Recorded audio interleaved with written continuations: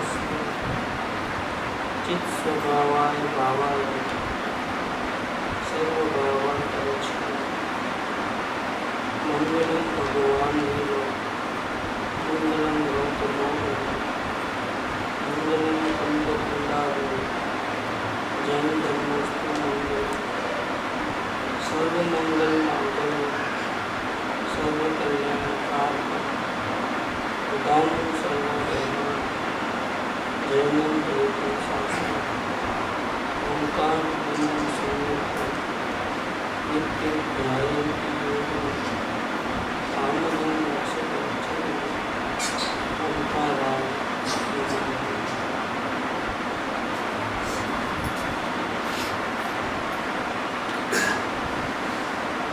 आचार्य भगवान श्री कुंकुमाचार्य देव ये समय साधु परमात्मा इसकी गाथा चौथी उसकी टीका चौथी गाथा का हरि बोल परिचित अनुभूत सर्वने बंदन कथा जुदा एक ध्वनि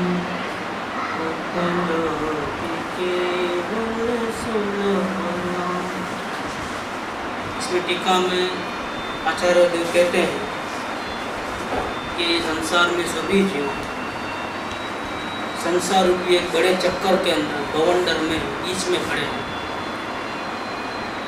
निरंतर द्रव्य परावर्तन, क्षेत्र परावर्तन, काल परावर्तन, भाव परावर्तन और भव परावर्तन कर रहा है। कभी स्थिर नहीं, शांति नहीं, स्थिरता नहीं, आगम दौड़ है। सारे विश्व को ऊपर राज करने वाला जो मोह रूपी भूत है वो उसके अंदर प्रवेश कर गया है, भ्रांति हो गई है और वो बिना कुछ मिले 1% कमीशन भी नहीं मिलता है, आधा टका भी नहीं मिलता है, तो भी बैल के जैसा भागम दौड़ी कर रहा है।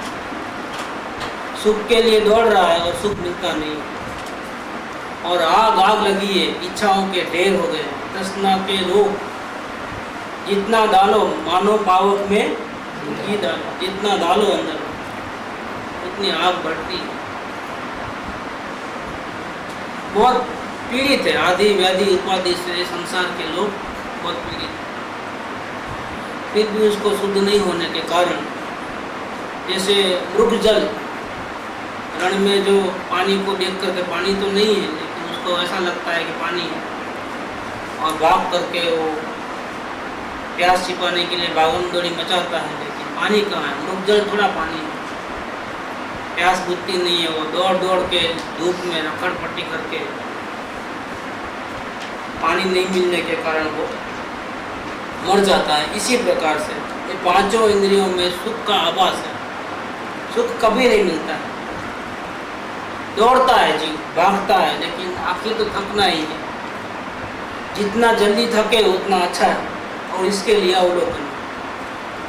अवलोकन से थकान लगती है कि क्या देख रहा हूँ, क्या सुन रहा हूँ, क्या चल रहा है। जीवन बर्बाद हो रहा है और शांति तो फिर भी नहीं मिल रही है। वही राग द्वेष के एक के बाद एक पर्वत निकलते जा रही है और थोड़ी भी शांति नहीं मिल रही है जीवन। मैं क्यों जी रहा हूँ, मैं क्यों भाग रहा हूँ, मैं क्यों खा रहा हूँ, मैं क्यों उठ रहा हूँ, मैं क्यों बैठ रहा हूँ? शांति तो मिलती नहीं। जो कुछ भी करता हूँ शांति के लक्ष्य से करता हूँ, लेकिन अवलोकन में देखे तो रिजल्ट क्या है? आज तक शांति नहीं मिली। इतना ही नहीं है, नहीं मिली उसको भूलो भूतकाल को, लेकिन वर्तमान में भी काम मिलती है। सारे उपाय कोई सफल नहीं हो रहे, सब दुख दुख दुख दुख, अशांति अशांति अशांति। और ऐसा जीवन तो पसंद नहीं है, तो घबराहट हो जाती है। क्या करना? अब करने जाने की तो बात ही नहीं, तो करना क्या? कहाँ जाना, किधर जाना? कोई स्थान नहीं मिलता। एक चैतन्य के सिवा कोई स्थान नहीं है। ये मिल जाएगा तो शांति हो जाएगी, लेकिन ये नहीं मिले तब तक तो परेशानी है। बाहर कहीं रहना है नहीं और अंदर में मिलता नहीं है जो परम पद, बीच में फंस गए, बाहर कहीं जाना नहीं है, अंदर जा सकते नहीं है, और ऐसा बीच में फंस गए, न इधर के रहे न उधर के रहे, ऐसी अशांति हो जाती। तो 5 इंद्रियों के विषयों में ऐसा फंस गया है, और एक दूसरे को खुद को भ्रांति होने के कारण वो झूठा उपाय बताता है, और सामने वाले को भी पता नहीं होने के कारण वो भी झूठा उपाय बताता है। एक दूसरे के जो राय देते हैं ना, वो ऐसी राय देते हैं, और सद्गुरु की राय देखोगे तो बिल्कुल अलग होती है। लेकिन सद्गुरु की बात कौन मानता? आप किसी डॉक्टर को पूछो या किसी इंजीनियर को पूछो या किसी और को पूछो, वो जो राय देंगे आपके प्रॉब्लम के सॉल्व करने के लिए, उससे सद्गुरु की राय बिल्कुल अलग हो। आप टेस्ट करना है तो कर लेना। जीवन का कोई भी प्रश्न पूछो, उसका समाधान लेना चाहो, बिल्कुल अलग राय निकलेगी। लेकिन वो राय तो हमको सुहाती नहीं। वो तो किसको सुहाती है? तो जिसको जल्दी से मोक्ष जाना हो, भटकना ना हो, उसको तो अच्छा लगता है। लेकिन अधिकांश ऐसे जीव नहीं है, संसार के जीव तो भटकने वाले हैं। परस्पर काम भोग बंधन की बातें होती हैं, एक दूसरे को वही शिखामण देती है, एक दूसरे को वही रास्ता सुझाते हैं। जिस रास्ते पे चल करके स्वयं सफल नहीं हुआ है, स्वयं को शांति नहीं मिली, लेकिन सामने वाला पूछेगा तो वही बताएगा, ऐसा करो वैसा करो, हमने ऐसा किया था वैसा। खुद भी दुखता है और दूसरों को भी गलत रास्ता लेके आता है। खुद को शांति तो मिली नहीं, क्या करना है? ऐसी काम भोग बंधन की कथा तो सबको आसानी से मिल जाती है। दुनिया में जिधर जाओ, काम भोग बंधन, आजा फंसा जा, 5 इंद्रियों के विषयों में सुख, बाहर से सुख मिलता है। तुम कुछ करोगे तो मिलेगा। ये बात तो हर जगह कोने कोने में मिलती है, सुलभ है। लेकिन निर्मल वेद ज्ञान रूप प्रकाश से स्पष्ट भिन्न देखने में आता है। ऐसा ये भिन्न आत्मा का एक पना जो अंतरंग में सदा ही प्रकाशमान है, उसकी बात सुलभ नहीं। वो कैसे दिखता है? ये अंतरंग में प्रगट प्रकाशमान जो परमात्मा है, वो कैसे दिखता है? जो अपने गुणों, अनंत गुणों में भी एक है, एक सत्ता में है। वो कैसे दिखता है? निर्मल वेद ज्ञान रूपी प्रकाश में स्पष्ट दिखता है। कल्पना नहीं करनी पड़ती। अभी खाने में पीने में तो सुख है, वो तो कल्पना है। हकीकत देखो तो क्या है? लड्डू खाओ, अच्छा गुलाब जामुन मुंह में डाला, चबाया, बाहर निकाल के दिखाओ, खाओ। कैसे खाओगे? उसका जो सुंदरता थी ना, जो था ना, उल्टी हो गई तो खाओगे वापिस? नहीं खा सकते। देख, इसका जो दूसरा फॉर्म होता है, जो जाने के बाद, हजम होने के बाद, उसको देखना भी पसंद नहीं करेंगे। वही है, वो गुलाब जामुन ही है जो तुमने खाया था, रसगुल्ले। 1 सेकंड अंदर जाने के बाद बाहर निकाल के वापस नहीं खा सकते। ये क्या है? कल्पना है। ये खाने पीने में सुख और 5 इंद्रियों के किसी भी पदार्थ में सुख, ये कल्पना है सिर्फ, तो हकीकत नहीं है। जबकि ये कैसा है? परमात्मा, ये कल्पना नहीं है। एक स्पष्ट दिखने में आएगा। कैसा दिखने में आएगा? सारी दुनिया में सबसे भिन्न देखने में आएगा। एकत्व विभक्त, अपने अनंत गुणों से तो एक है, लेकिन अन्य सारे संसार के पदार्थों से विभक्त है। एकत्व विभक्त जो ये परमात्मा है, वो तो अंदर में दृष्टि करोगे तो प्रगट, कल्पना नहीं होगी, प्रगट वो सत्य है। परमात्मा, ट्रूथ इज गॉड, परमात्मा है, वो सत्य है। लेकिन कैसे मिलेगा? कि लव करोगे तो मिलेगा। परमात्मा से लव करो तो परमात्मा मिलेगा। और किसी की पूजा करो, भक्ति करो, उठापटक कर लो, कितना भी नहीं मिलेगा। साधु बन जाओ, नग्न दिगंबर बन जाओ, उपवास करके मर जाओ, नहीं मिलेगा। पूरे शास्त्रों के ढेर पढ़ लो, पूरा ज्ञान इकट्ठा करो तो नहीं मिलेगा। लेकिन परमात्मा से प्रेम करोगे तो मिलेगा। क्यों? Love is God. Truth is be God, उसको पाने का एक ही तरीका है। और जब एक से लव होता है तो दूसरे से लव नहीं होता है। प्रेम ऐसी चीज है कि एक से हो गया तो खत्म हो गया। ऐसे जिसको परमात्मा से प्रेम होता है उसको दुनिया में किसी भी पदार्थ से किसी प्रकार का भी प्रेम नहीं होता है। साथ में रहना होता है, प्रवृत्ति होती है, प्रेम नहीं होता है। और किससे प्रेम होता है? जो हमारे सारी इच्छाओं को सफल कर देवे, हमारी शांति की इच्छाओं को सफल कर देवे, शाश्वत शांति मिले। अगर ऐसा कोई पदार्थ है तो फिर प्रेम क्यों नहीं आएगा? हम वही तो चाह रहे हैं। हम किसी से प्रेम करते हैं संसार में, क्यों करते हैं? क्योंकि वो हमको सुख देता है, उसके साथ रहने से, उससे बात करने में हमको आनंद आता है, भले टेम्पररी से, लेकिन लव का कारण तो वही रहता है। उसके बिछड़ना पसंद नहीं है। लेकिन अपना परमात्मा ऐसा है कि एक बार देख लोगे ना, सारी दुनिया भूल जाओगे। सारी दुनिया के राजपद और इंद्र पद और जितने ही पद है ना, सबको तो बोलेंगे धूल मिट्टी है मेरे सामने, कुछ मतलब नहीं है। जो सुख मुझे यहाँ से मिल रहा है ना, ये सारी दुनिया में कहीं भी नहीं मिलेगा। भगवान के समूह शरण में भी नहीं मिलेगा, भगवान के पास भी नहीं मिलेगा। वहाँ तो सिर्फ रास्ता मिलता है, सुख नहीं मिलता है। सुख तो यहाँ ही मिलता है। वो समय सार की पहली कथा में ही आचार्य देव ने किसको नमस्कार किया?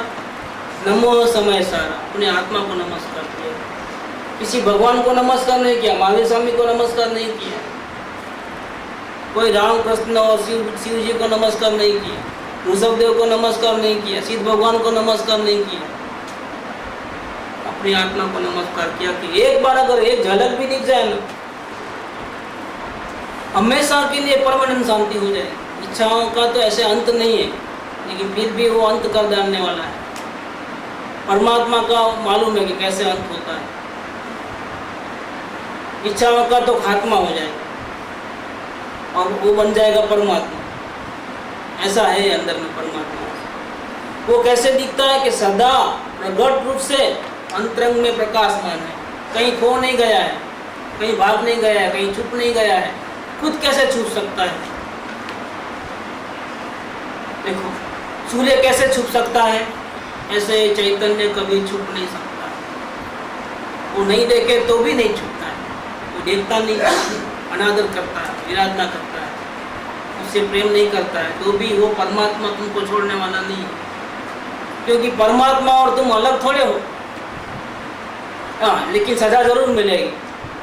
अपने परमात्मा को नहीं देखने की सजा है आदि व्याधि उपाधि और तकलीफ, दुख, पीड़ा, अशांति। देखोगे सुखी हो जाओ, पल में सुखी हो जाओगे, एक सेकंड के अंदर, और सारी दुनिया को भूल जाओगे। ये सदा प्रगटपणे अंतरंग में प्रकाशमान है और निर्मल वेद ज्ञान रूपी प्रकाश से स्पष्ट सारी दुनिया से भिन्न देखने में आता है।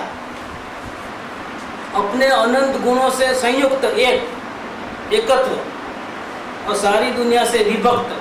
अंदर नजर करते हो तो बंगला, मोटर, गाड़ी कुछ दिखता नहीं। दिखता है अंदर में, ये बॉडी दिखता है, कुटुंब परिवार तो दिखते नहीं है, सगे संबंधी, माँ बाप, भाई बंधु। अंदर देखोगे तो कुछ नहीं दिखेगा। इतना ही नहीं, ये बॉडी जो है जिसके अंदर वो परमात्मा है, वो भी बॉडी भी नहीं दिखेगी। मन क्या सोच रहा है वो विचार भी नहीं दिखेगा। देखो, कुछ भी नहीं दिखेगा अंदर में, तो सिर्फ केवल शांति दिखेगी और ज्ञान की मूर्ति है, अनुभव में आएगी। वो असली तत्व है, वो परम तत्व है जो वेद ज्ञान रूपी, निर्मल वेद ज्ञान रूपी प्रकाश में स्पष्ट अपने अनंत गुणों से एक और सारी दुनिया से विभक्त भिन्न ऐसा बिल्कुल दिखने में आता है।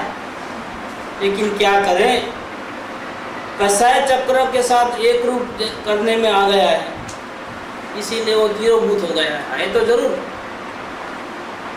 है, लेकिन राग द्वेष के पीछे, पर्दे के पीछे वो जीरोभूत हो गया है। क्या? जब तक ये राग द्वेष को अपना मानेगा तब तक वो दिखेगा। और है राग द्वेष भी, लेकिन फिर भी मैं भी हूँ ऐसा देखेगा तो पर्दा हैरान नहीं करेगा। राग द्वेष होते हुए भी वो आत्मा को देख लेगा। पीठ देखने के लिए या अनुभव करने के लिए आँख की जरूरत है? दिखती तो नहीं है, और वो बिल्कुल ऑपोजिट डायरेक्शन में है, लेकिन दिखती है कि नहीं दिखती है, अनुभव में आती है कि नहीं आती। ऐसे ही राग द्वेष दिखते हैं, और इसके ठीक पीछे बराबर राग द्वेष से अलग परमात्मा विद्यमान है। जो राग द्वेष को जान रहा है वो विद्यमान, लेकिन ये नहीं दिखता है, राग द्वेष दिखते हैं, ढेर सारे विकल्प दिखते हैं। तुम विकल्प देखोगे तो विकल्प दिखेगा, परमात्मा को देखोगे तो तुमको देखना क्या है? नहीं, बहुत क्या करना समझ में नहीं आता, इतने सारे विचार, मन काम नहीं करता है। तो लक्ष्य से भटको मत, अपना टारगेट है शांति, और इसके लिए देखना है परमात्मा। वो भले ही पर्दे के पीछे, पर्दे के पीछे होने पर भी आपको कहाँ आंखों से देखना है, कहाँ कानों से सुनना है, उसको तो ज्ञान से जानना है, और ज्ञान को तो कोई बाधा नहीं है। बम्बई में अपना घर दिखता है कि नहीं दिखता है? यहाँ बैठे बैठे देखो, यहाँ बैठे बैठे कलकत्ता का घर दिखता है कि नहीं दिखता है? सगे संबंधी सब दिखते हैं। देखो, ज्ञान को कहाँ बाधा है? आँख को बाधा है, कान को बाधा है, ज्ञान को क्या बाधा है? वो तो एकदम जैसा कि प्रत्यक्ष हो ना, ऐसा देख लेता है। अगर एक बार देख लिया है तो बिल्कुल प्रत्यक्ष ऐसा देख लेता है, कभी भूलता नहीं। ऐसे परमात्मा को तो हमको देखना है, लेकिन राग द्वेष के पर्दे के पीछे आप जैसे अंदर जाओगे तो राग द्वेष दिखते हैं, लेकिन नहीं, राग द्वेष के पर्दे के पीछे ही ये आत्मा है। तुम अगर इसको देखोगे राग द्वेष को, तो परमात्मा होने पर भी तिरोभूत हो गया है। ये गुरुदेव ये जब गाथा चलते थे ना, तब मैंने सुना है, अभी तो कोई पढ़ा नहीं, लेकिन सुना है, मैंने हाजिरी में सुना है कि जैसे पुराने ज़माने में क्या होता है कि वो गैस वगैरह नहीं था, तो छाड़े रहते हैं, लकड़ी रहती है, वो चूल्हे में डालते हैं क्या, और आज कंसार बनाया है। गुजराती में शीरे को, मिठाई को कंसार कहते हैं। तो मेहमान आते हैं तो क्या बनाते हैं? कंसार। तो ऐसे ऐसी बहुत बोनी रहती है, ऐसी आकर के हांडी, हांडी बोलते हैं, उसमें वो शीरा बनाते हैं। नीचे का चूल्हे के अंदर क्या करते हैं? लकड़ी डालते हैं और जलाते हैं।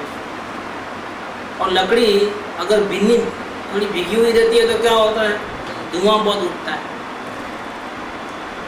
तो किचन में जाते हैं ना, तो धुआं से क्या होता है? वो दिखाई देता नहीं है क्या? बर्तन, लेकिन है कि नहीं है? ऐसा दृष्टांत देते थे गुरुदेव कि वो शीरा बन रहा है और वो बर्तन जिसमें बन रहा है वो भी है, लेकिन धुएं के पीछे तुमको दिखता नहीं है। लेकिन है, इतना विश्वास है कि नहीं है बनाने वाले को?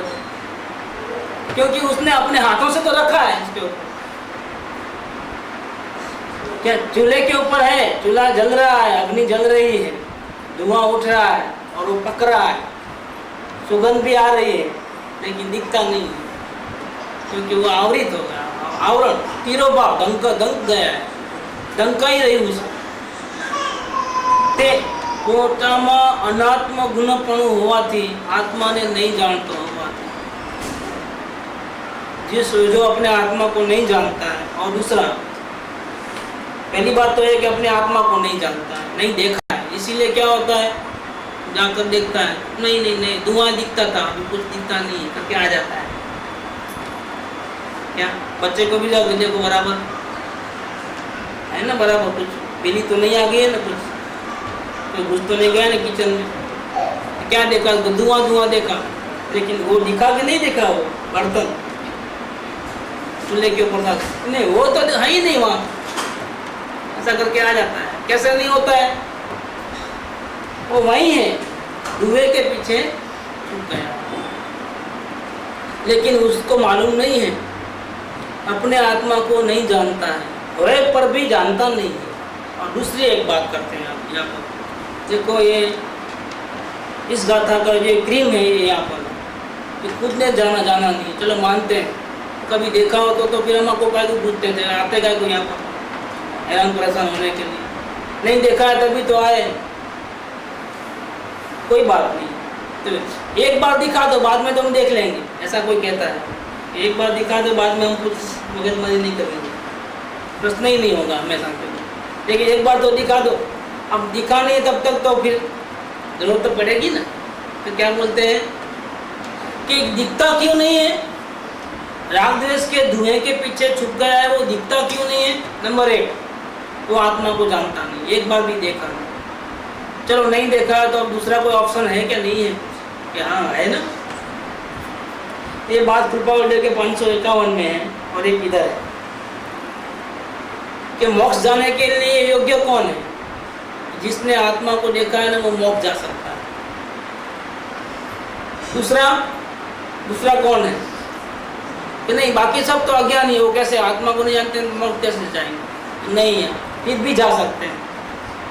कैसे जाएंगे? कि सदगुरु की नज़र से देखो, सदगुरु की वाणी पे भरोसा करो और वो जैसा बोले ऐसा करो, तो तुम्हारे को भी दिख जाएगा, तुम भी मोक्ष में जाओ। मतलब मोक्ष में 2 जने जा सकते हैं, एक जो आत्मा को देख लेता है वो उसका निश्चित है, दूसरा भले आत्मा को नहीं देखा है लेकिन सदगुरु दिखते हैं कि नहीं दिखते हैं तुम्हारे, वो तो कर्म चक्षु से भी दिखते हैं,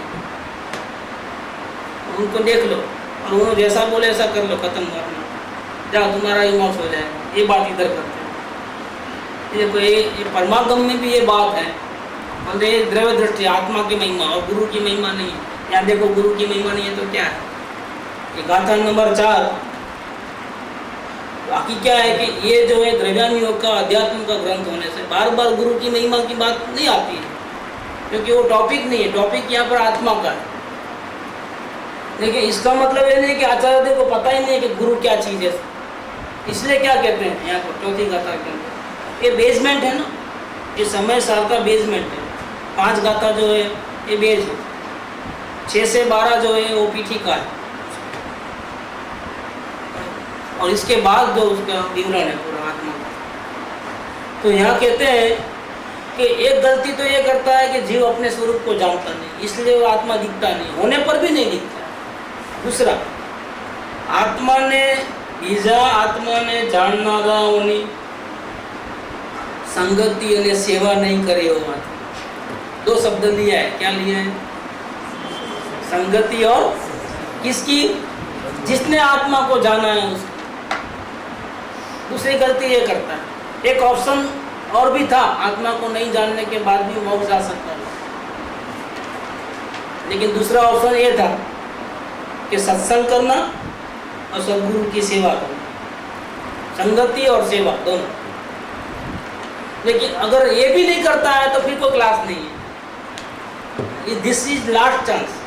अगर आप इंजन नहीं बन सकते तो कोई बात नहीं, लेकिन इंजन के साथ डब्बा बन करके जुड़ जाओ ना, तो इंजन जाएगा स्टेशन के ऊपर, तो तुम भी चले जाओगे साथ साथ। सदगुरु को इंजन बनाओ और तुम डब्बे बन के साथ में लग जाओ, कोई प्रॉब्लम नहीं। तुम बार बार भूल जाते हो, बड़े लोग आते हैं ना बहुत धमाल में रहते हैं तो भूल जाते हो, कौन रखता है? सेक्रेटरी को रखते हैं। ऐसे तुम भूल जाते हो अपने परमात्मा को, तो पीए को रख लो, बिना पैसों का पीए है, पगार लेगा नहीं क्या? देखो, और तुम उसको गुरु बोलो लेकिन वो तुमको क्या बोलेगा? तुम भगवान हो। तो तुम्हारे से ऊंचा पद, अपने से भी ऊंचा पद वो तुम्हारे को देगा। इसीलिए वो क्या बोलते हैं कि तुम भले मुझे गुरु कहो लेकिन मैं तुझे क्या कहता हूँ? परमात्मा। इसीलिए बॉस कौन है? बॉस गुरु नहीं है, असल गुरु झाड़ू वाला है, पीए। हकीकत में बॉस कौन है? बॉस तो स्वयं है, परमात्मा। लेकिन न परमात्मा को डायरेक्ट देखता है, न पीए को रखता है और भूल जाता है। अब कोई क्लास नहीं, कम से कम पीए को साथ में रखो। पीए मतलब समझे? पर्सनल असिस्टेंट, उसको रख लो। अलार्म घड़ियाल बजती है, जगा देते हैं, ये सब पिए हैं। दूध वाला आता है घंटी दबाता है, नहीं तो हम जो सो जाते हैं। दूध वाला आता है जगाता है तो अच्छा है, पेपर वाला जगाता है, ऐसे चलते रहती है गाड़ी। ये सब पिए हैं हमारे। ऐसे सदगुरु को पिए बना दो तो बार बार जगाते रहे। देखो, तो दूसरा काम क्या बताया उन्होंने कि अगर स्वयं आत्मा को नहीं जानते हो तो एक दूसरा ऑप्शन है, तो जो अपने आत्मा को जानते हैं, जिनको परमात्मा के दर्शन हुए हैं, उनकी सेवा और संगति करो। लेकिन वो कभी किया नहीं। इसीलिए तुमको आत्मा के दर्शन नहीं हो रहे, होने पर भी नहीं हो रहे। तुमको वेद ज्ञान क्यों नहीं हो रहा है, ध्यान क्यों नहीं हो रहा है? इसलिए नहीं होता है कि तुम पहले जिसका ध्यान करना है उस आत्मा को तो तुम जानते नहीं हो। चलो जान दो, वो भूल माफ, लेकिन दूसरी भी गलती चल रही है अभी कि सच्चा गुरु कौन है उसको तुम जानते नहीं हो, और न उनकी सत्संगति करते हो, और न उसकी तुम सेवा करते हो। तो दूसरा ऑप्शन भी तेरे पास था, वो भी गंवा दिया। अब बोलो परमात्मा के दर्शन कैसे होंगे और ध्यान कैसे होगा? ध्यान होने की कोई गुंजाइश नहीं होगी। બીજા આત્માને જાણનારાઓની સંગતિ અને સેવા નહીં કરી હોવાથી ये एकत्व विभक्त मैं ही परमात्मा हूँ, अपने अनंत गुणों से एक हूँ और सारी दुनिया से मैं भिन्न, बिना किसी की जरूरत बिना का हूँ, किसी का आधार लेने की मुझे जरूरत नहीं, ऐसा मैं स्वयं परमात्मा हूँ, ऐसी बात भूतकाल में कभी सुनने में नहीं आई, कभी भूतकाल में परिचय में भी नहीं आई, और भूतकाल में कभी ऐसे परमात्मा का अनुभव भी नहीं होता तो फिर दुखी क्या क्यों होते? नहीं हुआ। इसीलिए काम भोग बंधन की कथा तो हर जगह मिलती है, लेकिन एकत्व विभक्त मैं ही परमात्मा हूँ ऐसी बात सुनने की तो मिलती नहीं है। इसीलिए भिन्न आत्मा का एक पन्ना सुलभ नहीं है। हमेशा मिक्सअप खिचड़ा कर दिया। क्रोध को देखा तो मैं क्रोधी हो गया, बॉडी को देखा तो मैं शरीर वाला हूँ। कोई आपको पुकारा देवचंद भाई तो हाँ मैं देवचंद भाई, और भूल गया आत्मा। देवचंद भाई को गाली दिया, उसको शत्रु मान लिया, झगड़ा कर लिया, उसकी वाह वाह किया तो राजी राजी हो गया, उससे दोस्ती कर ली। देखो उसको जिसने जन्म दे दिया माँ बाप कह दिया, इस शादी कर ली तो उसको वाइफ कर दिया, बोल दिया, सबसे संबंध ऐसे बांध दिया और खुद खो गया। अब उल्टा करो, खोजते खोजते जब तुम खो जाओगे ना, देवचंद भाई खो जाएंगे ना, तब क्या होगा? तुम खुदा हो जाओगे। खुदा तो हो तुम, लेकिन भूल गए हो चक्कर में, ऐसे जब जंगल में ऐसे फंस गए हो कि रास्ता नहीं निकलता। अब खोजो अपने आप को और देवचंद भाई को भूलो। खोजते खोजते जब देवचंद भाई खो जाएंगे ना, मतलब मैं देवचंद भाई हूँ ऐसा भूल जाओगे ना, तुम खुदा को पालोगे, मतलब तुम खुदा हो जाओ। ये बात नहीं। आज का भावार्थ देते हैं पंडित जयचंद जी ने, टीका का भावार्थ दिया है। इस श्लोक में सभी प्रकार के जीव, सभी जीव संसार माने राग द्वेष के चक्र में चढ़ कर के 5 परावर्तन की भ्रमण कर रहे हैं। ऐसा नहीं है कि राग द्वेष यही होते हैं, मनुष्य गति में या जीवन गति, नरक में भी होते हैं और स्वर्ग में भी होते हैं। ये जीव जहाँ भी गया उल्टा ही चला, कभी ज्ञाता दृष्टा भाव में नहीं रहा, क्योंकि वो तो अपने आत्मा को जानना है तब नहीं, आत्मा के बिना कैसे करेगा? आत्मा के लक्ष्य के बिना जानना, देखना या अवलोकन या वेद ज्ञान कर ही नहीं सकता। इसको संपूर्ण शांति चाहिए या आत्मा चाहिए या दुखों से छूटी जाना है किसी भी कीमत में, ऐसी जिसकी निर्मल भावना है, शुद्ध भावना है, वही जीव तो अवलोकन कर सकता। बाकी लोग तो फंस जाएंगे समाज प्रतिबंध में, परिवार के झंझट में फंस जाएंगे, बॉडी और सताएगी तो वहाँ फंस जाएंगे, देह प्रतिबंध, अभी ढेर सारे विकल्प, संकल्प विकल्प। अभी इस में इस काल में मोक्ष कहाँ होता है? अभी तो पुण्य करो, पाप करो, पाप से बचो, यही है। अभी कैसे मिलेगा? या हमको मिलेगा कि नहीं मिलेगा डाउट, सदगुरु ये होंगे कि नहीं होंगे वो डाउट। भावना, सच्ची भावना वाले को डाउट नहीं होते, वो तो नजर पड़ते ही देख लेता है। मुमुक्षु के नेत्र महात्मा को पहचानने से, असल काम तो पहचान के बाद होता है।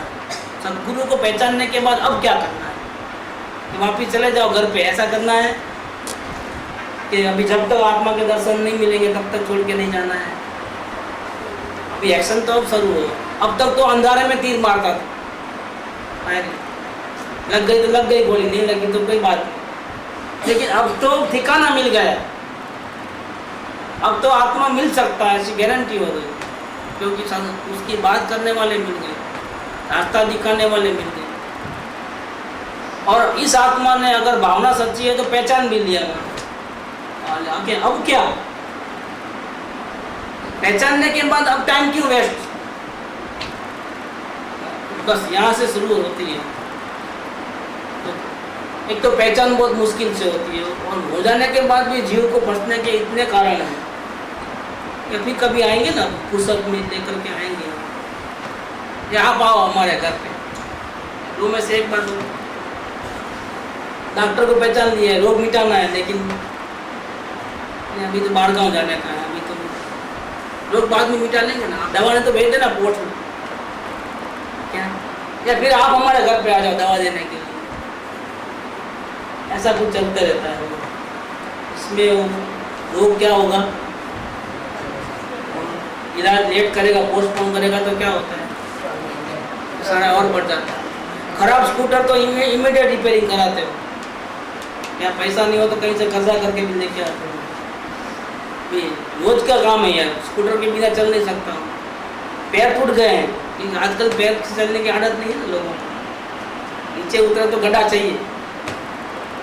ऑटो में भी लाइन में खड़े रहना, मिले नहीं मिले और कैसा मिले, गड्ढा चाहिए। अगर नहीं है ना तो दुकान से फ़ोन करके उसको बोलते हैं भैया तुम लेके आओ, और मेरे को लेके जाओ गड्ढे के ऊपर। पैदल तो मैं नीचे उतर नहीं सकता, पैदल इतना गुलाम बन गया है ये जीव।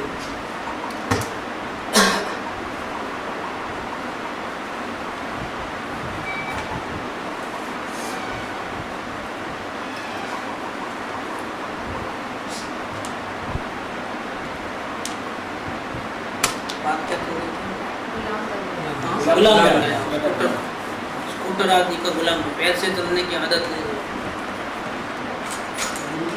क्रॉनिक हो जाए तो रोग यदि क्रॉनिक हो जाए तो खत्म, तो हमेशा देगा, ठीक करके होगा। अगर सदगुरु का साथ रहा तो क्रॉनिक है ना, ये दिस इज क्रॉनिक है। हम अपने आत्मा को कब से नहीं जान रहे, अनादि से, इतने भाव किए फिर भी जानते नहीं। सदगुरु के पास इलाज है, वो वेद ज्ञान का मंत्र देंगे ना तो चाहे जैसा क्रॉनिक रोग होगा ना वो मिट जाता है। और आप चाहे जितने पाप किए हो ना भूतकाल में, आपका भूतकाल से कोई लेना देना नहीं है। वर्तमान में क्या है, वर्तमान में आपको योग्य भी बना देंगे और आगे कैसे बढ़ना वो बता देंगे, और मोक्ष तो निश्चित है। मतलब क्रॉनिक रोग का इलाज करते हैं सदगुरु, लेकिन सदगुरु के पीछे तो पढ़ना ना कम से कम। न खुद को जान सकते हो, न खुद जाग उठ जाते हो, न कोई जगाने वाले की सुनते हो, फिर क्या होता है, पिछोड़े रहो कुंभकर्ण के जैसे। क्योंकि जब तक जागोगे नहीं, बेहोश पड़े रहोगे, होश में आओगे नहीं, तब तक जीवन कैसे होगा, सुधरेगा कैसे जीवन। तो ये बात इधर किया है, पंडित जयचंद जी भी यही बात करते हैं कि 5 परावर्तन रूपी भ्रमण कर रहा है और राग द्वेष के चक्कर में फंस गया है।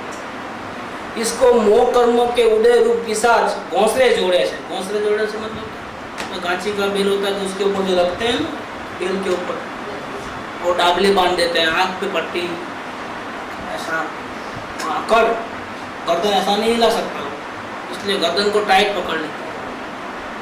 मतलब घोंसला रखते हैं, ऐसा ऐसा नहीं कर सकता, ऐसा ऐसा करेगा तो मालूम पड़ जाएगा कि मैं आगे नहीं बढ़ा हूँ, इधर ही घूम रहा हूँ। इसका जो ये है ना बिल्कुल ऐसा स्ट्रेट ही रहना, ऐसा वो ऐसा नहीं घुमा सकता वो गांची का बेल, उसको बोलते हैं घोंसला। ऐसा एक साधन रहता है, आँखों पे डाबली रहते हैं सामने दी, और मुंह ऐसा ही रहे, मतलब पूरा दिन उसको ऐसा ही घूमना है चक्कर में। ऐसा एक हमको अनादि के अपने परमात्मा को जिसने जाना नहीं और ज्ञानी आत्मा की संगति और सेवा नहीं की है, उसके ऊपर वो सवार हो जाता है, कौन, मोह रूपी घोंसला। और अब करते रहो काम, और कहीं पहुंचना नहीं है, काम बहुत करना है, लेकिन उसको लगता होगा 15-20 माइल में चल गया होगा, सारा दिन जो घूमता हूँ चक्कर में, लेकिन कहाँ जाता है, कितना घुमा है वो, कितना किलो, आधा किलोमीटर तो गया कि नहीं गया, 15 किलोमीटर जाना, आधा किलोमीटर भी नहीं गया, उसी सर्कल में घूम रहा है उधर। तो मोह रूपी, मोह कर्मों के उदय रूप पिशाच घोंसले जोड़े से, તેથી તેઓ વિષયોની તૃષ્ણારૂપ દાહથી પીડિત થાય છે। मोह, ये मोह सबसे खतरनाक क्यों है? राग द्वेष खतरनाक नहीं है, मोह खतरनाक। क्यों? कि मोह से ऐसा लगता है कि जहाँ दुख है वहाँ सुख लगता है, और जीव को जहाँ सुख लगता है ना वहाँ दुख लगता है। इसलिए आत्मा की बात करेंगे, अरे भैया अभी क्या हमारे को अभी गड़बड़ है भैया, क्या ऐसा करके हो सुनने को भी राजी थी। सुख की बात में दुख लगे, और जहाँ दुख है वो ऐसा की बात है, अच्छा बैठो भैया, कब आऊँ? बोलो मैं भी आ जाऊँ। उसके लिए इमीडिएट तैयार, पिक्चर की टिकट भी जाओ, सत्संग की टिकट भी जाओ तो भैया देखेंगे, टाइम मिलेगा तो भी ऐसा है, कभी मेहमान आए हैं, सब बीमार हैं, मेरे को भी खांसी हो गई है, सब लफड़े हजार। मैं बहाने तो मैं बना के देता हूँ अगर आपको चाहिए तो सत्संग के बहाने, क्योंकि मैं सुन के सब आप लोगों से सुना हूँ सब, तो क्यों नहीं आया सत्संग में, तो ये हो गया वो हो गया। मेरे पास तो आपसे ज़्यादा होंगे, आपके पास आपका ही होगा, मेरे पास सब लोगों के हैं। तो सत्संग में क्यों नहीं आते हो कि भैया पूरा लिस्ट है मेरे पास, हो सकता है हज़ारों में जा रहे हो लिस्ट। अगर आपको जो नहीं आना हो तो मेरे को बोल देना। और मैं इतना एक्सपर्ट हो गया हूँ कि संसार में कोई बात को मना करना है ना, तो कौन से बहाने बनाना वो भी मेरे को आ जाए। अगर समझो सत्संग में आना है आपको, और संसार में किसी को नाराज़ नहीं करना है, दुखी भी ना हो, और झूठ बोलना है, तो मेरे पास है रास्ता। तो क्या वो मेरे पास आओगे तो मैं आपको रास्ता बता दूँगा कि वहाँ क्या बोलना और यहाँ कैसे आ जाना सत्संग में। मतलब कि ये लोगों से ही सीखते हैं, कहाँ से सीखते हैं? तो बेईमान लोग हैं ना, वो अपने को सिखाते हैं कि संसार में रहना है तो ज्ञानियों से कैसे बेईमानी करना, और मोक्ष जाना है तो संसारियों से कैसे बेईमानी करना, सब रास्ते अपने को मालूम है। इसलिए सदगुरु को पिए बना देना, आपकी बुद्धि नहीं चले तो उसकी बुद्धि चलती है, पूरा रास्ता बता देता है। झगड़ा करना है तो ही बताते हैं झगड़ा कैसे करना, क्या ऐसा नहीं कि वो सब प्रेम से ही बात करना है, कभी थप्पड़ ही मारना पड़े तो वो भी बता देते हैं थप्पड़ कैसे मारना पड़ता है। मतलब सब मुक्ति के लिए आप कुछ भी कर लो, सब माफ है, क्योंकि डूबने के लिए आपने सब कुछ किया है, प्रेम किया है, राग किया है, द्वेष किया है, अब मुक्ति के लिए करो ऐसा सब काम। संसार के दाव पेच में कैसे बच के निकल जाना, कैसे सत्संग की उपासना करना, कैसे गुरु की सेवा में रहना, और कैसे मोक्ष पाना, उसके जितने भी गाइडेंस चाहिए वो सर्वसमर्पण भाव आएंगे ना बुक, उसमें थोड़ी एक नज़ारा मिलेगा देखने को। यहाँ आज पंडित जी ऐसा कहते हैं कि मोह रूपी भूत है ना, इसके लिए उसको जहाँ दुख है वहाँ सुख लगता है, इसलिए भागता है और इच्छाएं करता है। वो गलत जगह पे जा रहा है, जहाँ मौत है वहीं जा रहा है, जहाँ दुख मिलेगा वहीं जा रहा है। लेकिन क्या करें, मोह है ना, तो विषयों की तृष्णा रूप दाह से पीड़ित होता है और उसका उपाय भी गलत करता है। सब दुखता है तो मैं चैतन्य मात्र भिन्न हूँ, सर मेरा नहीं, ऐसा नहीं लेगा, वेद ज्ञान नहीं करेगा, क्या करेगा, एनआरसी लेगा, और कभी मिटता है और कभी नहीं मिटता है, फिर जाता है डॉक्टर के पास, कभी मिटता है कभी नहीं मिटता है, नहीं मिटता है तो बोलता बड़े डॉक्टर को दिखाओ। उसके बाद में कभी मिटता है कभी नहीं मिटता है, तो फिर वो टेस्टिंग चालू है, सीटी स्कैन फिटी स्कैन सब हो जाता है, फिर निकलता कुछ नहीं है। तो जो पाप का उड़े होता है तो एक भी नहीं चलती, पुण्य का उड़े होता है छोटी गोली से काम बन जाता है। क्या ये सब पाप पुण्य के खेल है, बाहर में फायदा होना नहीं होना। असली इलाज क्या है, शरीर मेरा नहीं है, ये असली इलाज है। मेरे को कुछ दुखता नहीं, मेरे ज्ञान में आता है, मेरे ज्ञान में ये झलका है कि ये थोड़ा इधर गड़बड़ है और दुख रहा है, लेकिन मेरे को नहीं दुख रहा है, मैं भी नहीं हूँ वो भी नहीं, शरीर भी मैं भी। छूटे दया ध्यास तो नहीं करता तू कर, नहीं भोगता तू तेन, ये धर्म नंबर। पीड़ा तो हो रही है, शरीर जल रहा है, लेकिन मेरा नहीं जल रहा है, मैं कहाँ थोड़ा शरीर हूँ, ये तो परमात्मा। देहाध्यास छूट गया तो तकलीफ नहीं है किसी बात में। देखो वो असली इलाज तो वो है, और वो हर दर्द की दवा है। कोई अपमान करे, कोई बिजनेस में लॉस हो जाए, किडनी फेल हो जाए, कैंसर हो जाए, तो एक ही दवा लगा दो, ये गायक का अभ्यास, लाइन क्लियर। आप कभी दुखी नहीं हो सकते, परमात्मा का साथ लिया तो कभी दुखी नहीं हो सकते। हार भी आपकी जीत है। अगर संसार में हारते हो ना, ऐसा मत समझो कि आपको हार मिली है, उसमें भी आपकी जीत है अगर परमात्मा का साथ है। अगर परमात्मा का साथ नहीं है तो जीत में भी हार है। ये सब डिपेंड करता है कि आप किसके साथ में हो। तो यहाँ ये बात लिया है कि उस दाग का इलाज क्या करता है, जो पीड़ा तो होती है, अब क्या इलाज करता है, आप इस भीख मांगता है आँख से, कान से, जीभ से, इंद्रियों से आधार लेकर के रूप आदि को, विषयों को जान करके वो वापिस कहाँ जाता है, इंद्रियों के द्वारा कहाँ जाता है, बाहर की दुनिया के साथ संपर्क कर लेता है और अपना का संपर्क तोड़ देता है। तथा परस्पर पण विषयों ज उपदेश करे छे और खुद गिरता है। थोड़ा सुख मिला ना, जैसा कि हमेशा मिल गया, ऐसा करके दूसरा अगर पूछता है तो उसको ही बोला मैंने ऐसा किया, तुम भी ऐसा करो। मतलब मैं डूब रहा हूँ, तुम भी डूबो, क्योंकि तुम अगर करोगे तो कैसे चलेगा, तुम तीर नहीं सकते। तीरना है तो हम सब साथ में जाएंगे, अभी तीर नहीं सकते। अभी तो मैं डूब रहा हूँ, तुम भी डूबो। ऐसा एक दूसरे को झूठा उपाय बताते हैं सुखी होने का।